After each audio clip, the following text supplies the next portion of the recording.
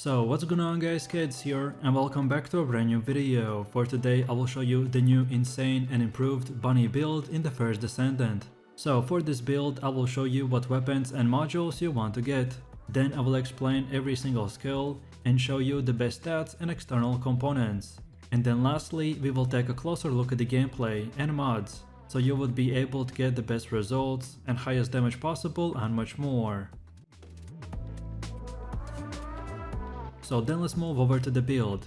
This character is an insane nuker who sprints while discharging electricity. The more she runs, the greater the electrical energy she accumulates.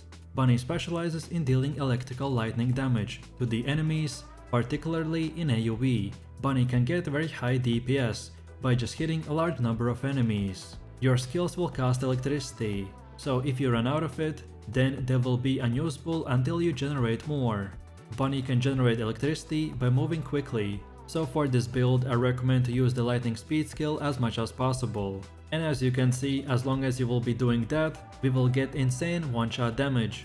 This new build works that we stack new several skill damage bonuses on top of each other to gain very high AoE damage. The only important thing to keep in mind is when playing this build, keep spamming your lightning speed skill to generate electricity, and for bosses and even stronger enemies that need 2 or 3 shots to get one-shotted, then just keep debuffing them with the electrocute, so you could boost your damage even higher.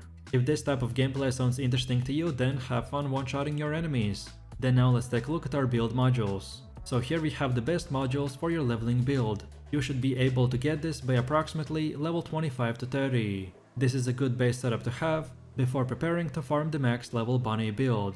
So we want to get the strong mentality to reduce your skill resurrection cost, then increased HP, that will increase our max HP, then skill cost optimize, that reduces our skill cost, then electric master, which increases the skill power and skill electric power, then electric specialist, which considerably increases your electric skill power, and adds a multiplier to our stats, called the electric skill power boost ratio, then dual class, that increases our max module capacity, then skill expansion, which increases your skill effect range for valid skills, then nimble fingers, that reduces your skill cooldown, and finally increased defensives, which increase our defense stats.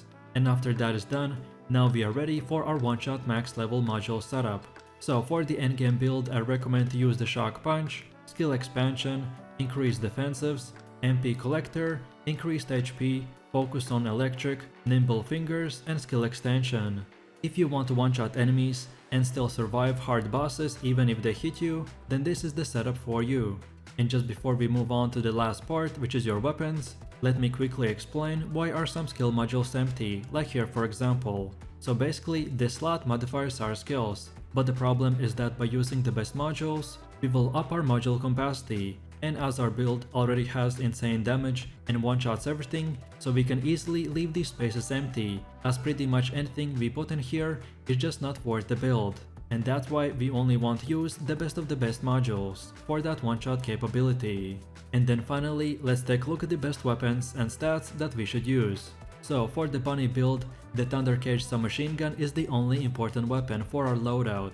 This submachine gun is the ultimate weapon, which emits an electric shockwave that creates the appearance of thunder being directed at the enemy. When killing enemies, they have a set chance of discharging electricity shockwave that deals additional damage to nearby enemies. This is an insanely high DPS weapon with a quick fire rate, which suits our build playstyle the best. And then for our weapon mods, here are the best ones, like the better concentration, rifling reinforcement, better insight, action and reaction, toxic enhancement, focus fire, and concentration priority. And again, the same thing as for modules. We can easily leave the empty spaces free, as using only the best mods are way better than just clumping up a bunch of average mods. Then after that, now let's go over to the best reactor stats. So your reactor is very important item that determines your skill damage and can also include extra modifiers that buff certain aspects of your build. The better your reactor is, the more damage your skills will deal to enemies. I recommend prioritizing using a reactor with a high skill power and a sub-attack power. After that, you can look out for reactors with a boost to your skill critical hit damage, which will improve the amount of damage dealt when you land a critical hit. Specifically, my best job that I got is this tingling singularity reactor, which has the thunder cage mounting condition. But if you don't have this yet, then you can just focus on the skill power and try to farm this one whenever you can.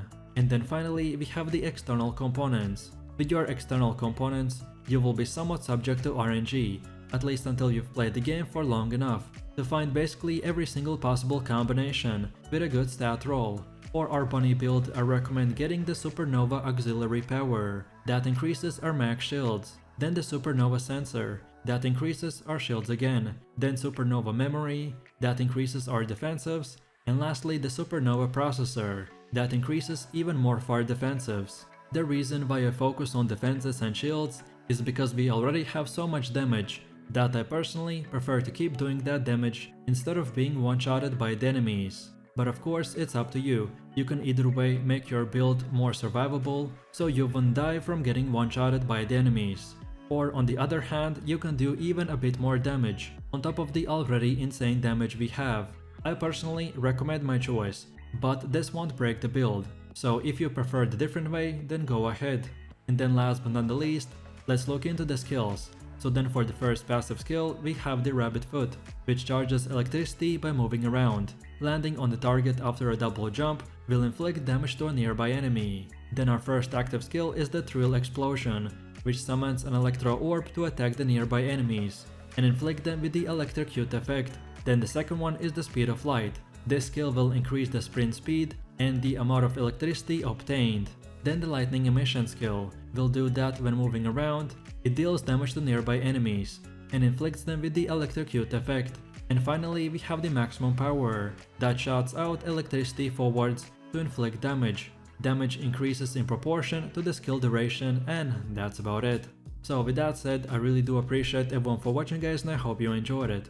If you have any questions or suggestions, then feel free to leave your comments in the comment section down below. And while you're doing that, please click like, subscribe and enable that notification bell, so this way you could support the channel and not miss any more amazing content. With that said, you have an amazing day and I will see you in the next one, so take it easy, peace.